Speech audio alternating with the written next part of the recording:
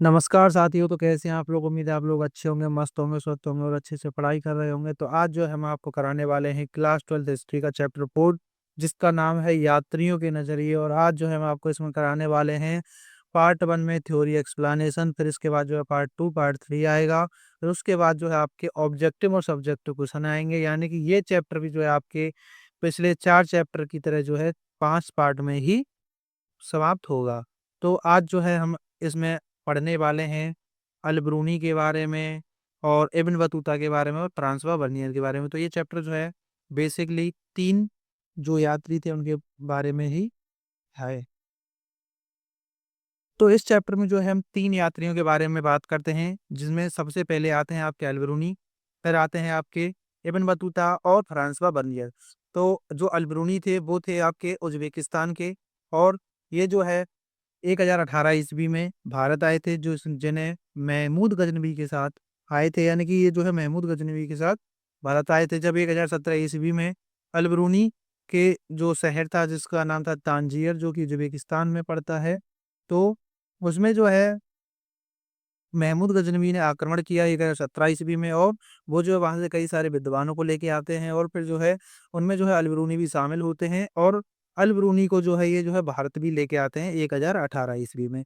और अल-ब्रूनी भारत आते हैं तो भारत के आके जो है यहाँ के सामाजिक जीवन के बारे में, आर्थिक जीवन के बारे में, महिलाओं की स्थिति के बारे में और यहाँ की जो जाति व्यवस्था थी इन सभी के बारे में जो अपनी एक इनकी पुस्तक है जिसका नाम है किताब उल हिंद, या फिर उसको जो है हम कहते हैं तहकीक हिंद। तो ये जो है इसमें भारत के समाज के बारे में वर्णन करते हैं। फिर आते हैं इब्न बतूता 1133 ईस्वी में, जिन्हें हम जो है 14वीं शताब्दी में कहते हैं। तो 1333 ईस्वी में ये आते हैं मोहम्मद बिन तुगलक के शासनकाल में, और मोहम्मद बिन तुगलक जो है इब्न बतूता को जो है एक काजी के पद पर जो है नियुक्त करते हैं, और जो कि फिर इनकी एक पुस्तक आती है जिसका नाम है रेहला। तो इब्न बतूता जो है अपनी पुस्तक रेहला में भारत के समाज के बारे में लिखते हैं, और ये जो है भारत की जो है दास प्रथा के बारे में लिखते हैं। तो इन सभी के बारे में इब्न बतूता भी लिखते हैं, जो कि हम आगे चल के अगले जब जो पार्ट आएंगे उसमें जो है अच्छे से जानेंगे इब्न बतूता के बारे में। फिर आते हैं फ्रांसवा बर्नियर। ये जो है फ्रांस के यात्री थे जो कि 1656 ईस्वी में जो है भारत आते हैं, और ये जो है 12 वर्ष तक यानी कि 1668 ईस्वी तक भारत में रुकते हैं। और ये भी जो है सती प्रथा के बारे में और इनके बारे में जो है अपने वृत्तांत में बताते हैं। तो हम सबसे पहले इस चैप्टर में समझेंगे कि यात्री यात्री कहते किसे हैं। तो आपने जो है इस चैप्टर का बेसिक चीज़ें जान ली कि इसमें जो है हम आपको जो है 3 यात्रियों के बारे में पढ़ाएँगे, अल-ब्रूनी और इब्न बतूता और आपके जिनका नाम है फ्रांसवा बर्नियर। तो आपसे सीधा-सीधा पूछा जाए कि ये कब-कब आए थे, तो अल-ब्रूनी जो है आपके आए थे 11वीं शताब्दी में, इब्न बतूता आए थे आपके 14वीं शताब्दी में, और फ्रांसवा बर्नियर आए थे 17वीं शताब्दी में। तो बेसिकली हम सबसे पहले जानेंगे कि यात्री होते क्या हैं। तो यात्री उसे कहते हैं जो एक जगह से दूसरी जगह यात्रा करते हैं, चाहे वह परिवहन के किसी भी साधन से यात्रा कर रहा हो। यानी कि यात्री कौन होता है? जो कि एक जगह से दूसरी जगह यात्रा करता है, चाहे वो जो है परिवहन के साधन से करे या किसी भी प्रकार से साधन करे, या फिर जो है यात्रा करे, तो उसे जो हम यात्री कहते हैं। अब आपके मन में एक बात आएगी कि लोग यात्रा करते क्यों थे प्राचीन टाइम पर? यानी कि पहले के टाइम पर जो है लोग यात्रा करते थे, तो लोग यात्रा क्यों करते थे? तो इसमें सबसे पहले आता है कार्य की तलाश में। तो कुछ लोग जो है काम की तलाश में जो है यात्रा करते थे। दूसरा आता है कि व्यापार के लिए, तो कुछ लोग जो है व्यापार के लिए यात्रा करते थे। जैसे कि आप जानते हैं कि 1498 ईस्वी में वास्को डी गामा भारत आया, जिन्होंने जो है यानी कि यूरोप के लिए, यानी कि अपने पुर्तगाल के लोगों को, जो पुर्तगाल से आया था तो पुर्तगाल में लोगों के लिए उन्होंने जो है एक बार या समुद्री मार्ग की खोज की, या आप जानते हैं कि उन्हें ये भी कहा जाता है कि भारत की खोज की थी। लेकिन ऐसा नहीं है कि वास्को डी गामा ने भारत की खोज की, बल्कि उन्होंने जो है भारत के यानी अपने यहाँ के लिए जो एक समुद्री मार्ग की खोज की थी, जो कि व्यापार के लिए भारत में आया था, जो कि सबसे पहले आया था केरल के कालीकट तट पर। फिर आता है प्राकृतिक आपदाओं से बचने के लिए। तो कुछ यात्री जो है प्राकृतिक आपदाओं से बचने के लिए जो है यात्रा करते हैं। अगला आता है सैनिक रोहित रहित होता है, रोहित नहीं बल्कि रहित तीर्थ यात्रियों के रूप में।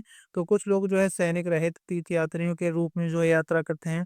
आगे आता है कि नई चीजों की तलाश में साहस की भावना से प्रेरित होकर जो है कुछ लोग यात्रा करते हैं।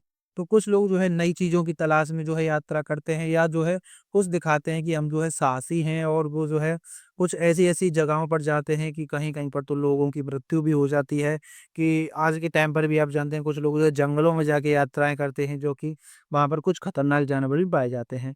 तो आपको बेसिकली अच्छे से समझ में आया होगा कि यात्री कहते हैं किसे कहते हैं, तो यात्री उसे कहते हैं जो एक जगह से दूसरे स्थान पर यात्रा करता है, चाहे वो जो है परिवहन के साधन से करे या पैदल चल के यात्रा करे, यात्रा यात्रा होती है।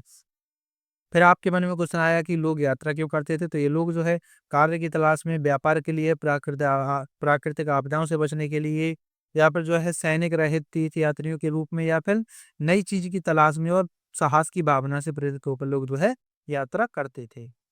तो अब ये जो है बेसिकली आपको अच्छे से समझ में आ चुका होगा। अब हम जानेंगे यात्रा वृत्तांत। तो लोग आते हैं यानी कि यात्रा करते हैं, तो वो जो है कुछ अपने यात्रा वृत्तांत लिखते हैं, जैसे कि हमने आपको बताया था कि अल-बरूनी ने लिखा था किताब-उल हिंद, और आपके इब्न बतूता ने लिखा था रिहला। तो यात्रा वृत्तांत होता क्या है? तो यात्रा वृत्तांत एक ऐसा लेखन होता है जिसमें किसी व्यक्ति या व्यक्तियों द्वारा किसी स्थान की यात्रा के दौरान किए गए अनुभवों, भावनाओं और खोजों का व्यक्तिगत विवरण दिया जाता है।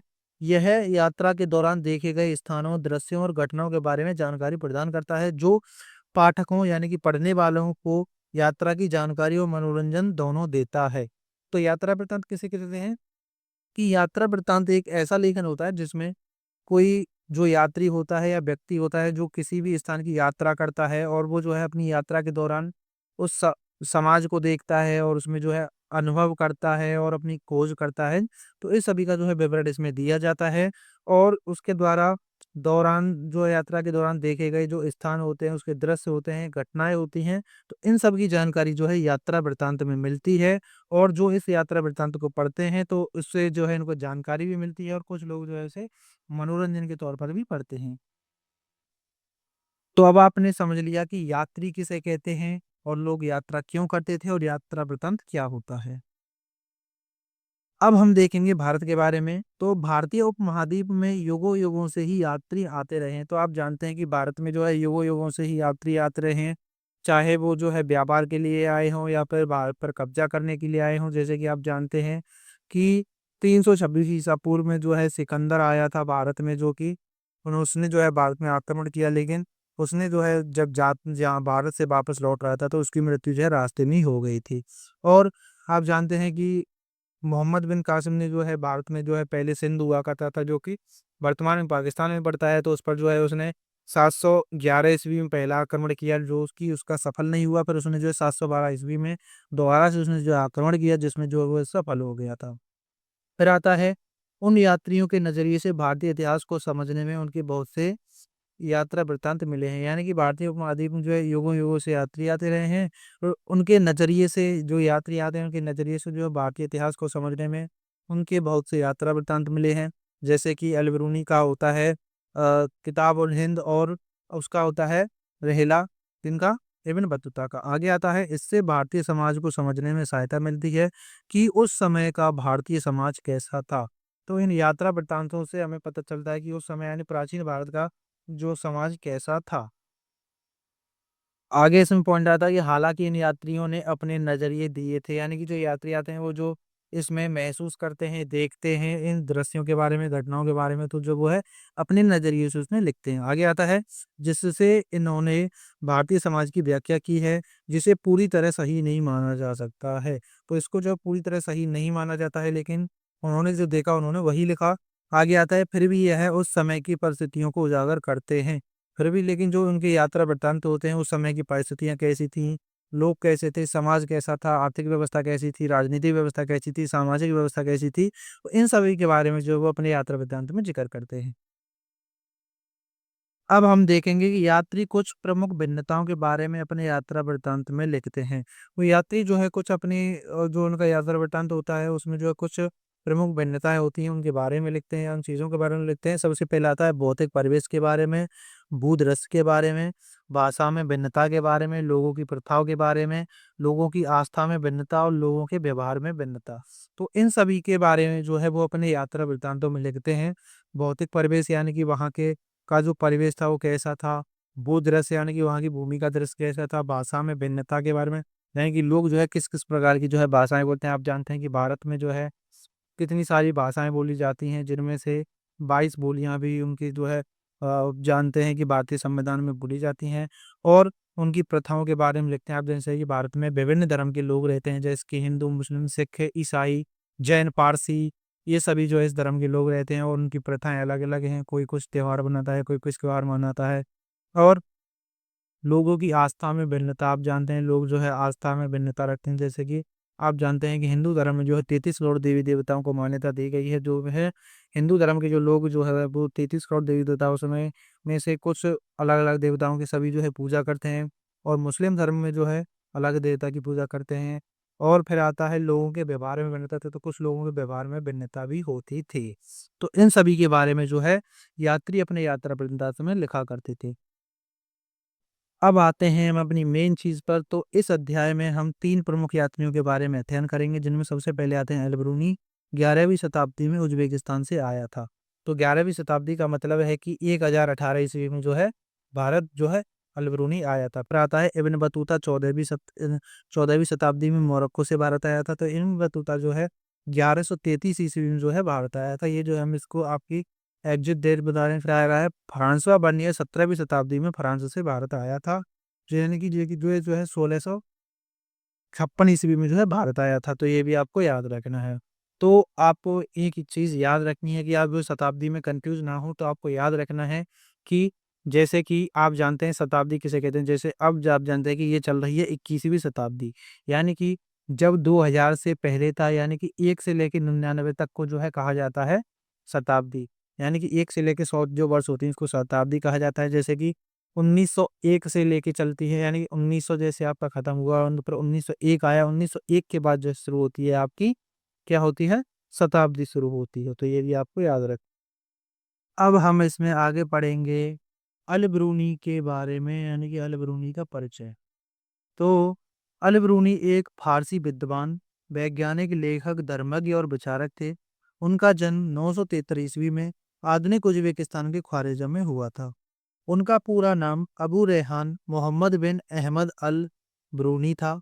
अल-बरूनी अरबी, फ़ारसी, ग्रीक और संस्कृत भाषाओं के जानकार थे। जब 1017 ईस्वी को महमूद गजनवी ने ख्वारिज़म पर आक्रमण किया था, तो इनको जो है अपने साथ ले आए थे। तो यानी कि जो अल-बरूनी थे, ये जो है एक फ़ारसी विद्वान थे, वैज्ञानिक भी थे, लेखक और धर्मज्ञ भी थे और विचारक भी थे। इनका जन्म जो है 973 ईस्वी में आधुनिक जो उज़्बेकिस्तान है, उसका एक शहर है जिसका नाम है ख़ारिज़म, उसमें हुआ था। और इनका जो पूरा नाम था वो था अबू रेहान मोहम्मद बिन अहमद अल-बरूनी। और ये जो है फ़ारसी भाषा के, अरबी भाषा के और संस्कृत भाषा के और ग्रीक भाषा के जो विद्वान थे। और जब 1017 ईस्वी में जो महमूद गज़नवी थे, उन्होंने जो है ख़ारिज़म पर आक्रमण किया, तो उन सारे विद्वानों के साथ जो है कई सारे विद्वानों के साथ अल-बरूनी को भी अपने साथ भारत ले आए थे। तो इसमें आता है वह अपने साथ कई विद्वानों को वहाँ से अफ़गानिस्तान ले आए। इसमें अल-बरूनी भी शामिल थे।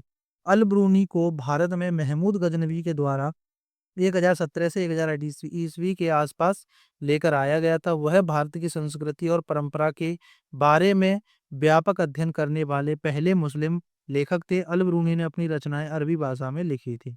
यानी कि जो अल-बरूनी थे, जब 1017 ईस्वी में जो महमूद गज़नवी थे, उन्होंने जो है ख़ारिज़म पर आक्रमण किया, तो वो जो है वहाँ से कई सारे विद्वानों को अपने साथ अफ़गान में ले आए थे और अब यानी कि अफ़गानिस्तान में। और ये जो है उनमें अल-बरूनी भी शामिल थे। तो अल-बरूनी को जो है भारत में महमूद गज़नवी जो है 1017 से 1018 ईस्वी के आस-पास लेके आए और इन्होंने जो है भारतीय संस्कृति का और उसकी परंपराओं का जो है गहन अध्ययन किया, यानी कि काफ़ी बड़ा अध्ययन किया। और ये जो है एक ऐसे पहले मुस्लिम शासक थे जिन्होंने जो है भारतीय संस्कृति और परंपरा का अध्ययन किया।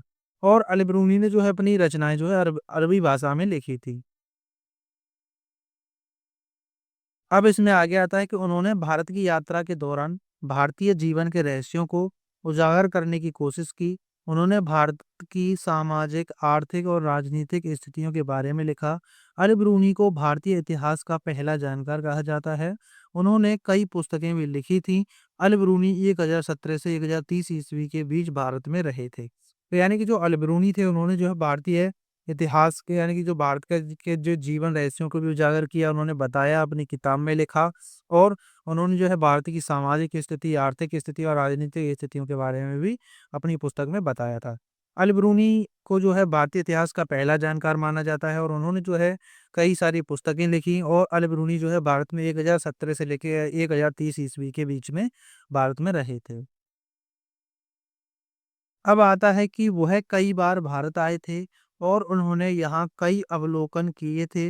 अल-बरूनी ने भारत में हिंदुओं की भाषा, धर्म और दर्शन का अध्ययन किया था।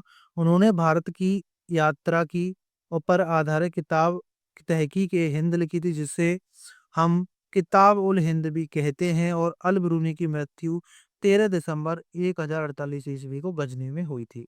तो जो अल-बरूनी थे, ये जो है भारत में हिंदुओं की भाषा, धर्म और दर्शन के अध्ययन किया इन्होंने जो है और इन्होंने जो है भारत की यात्रा पर आधारित जो एक किताब लिखी जिसका नाम है किताब-उल-हिंद और जिसे हम तहकीक-ए-हिंद भी कहते हैं और अल-बरूनी ने की जो मृत्यु थी वो हुई थी 13 दिसंबर 1048 ईस्वी को गजनी में हुई थी।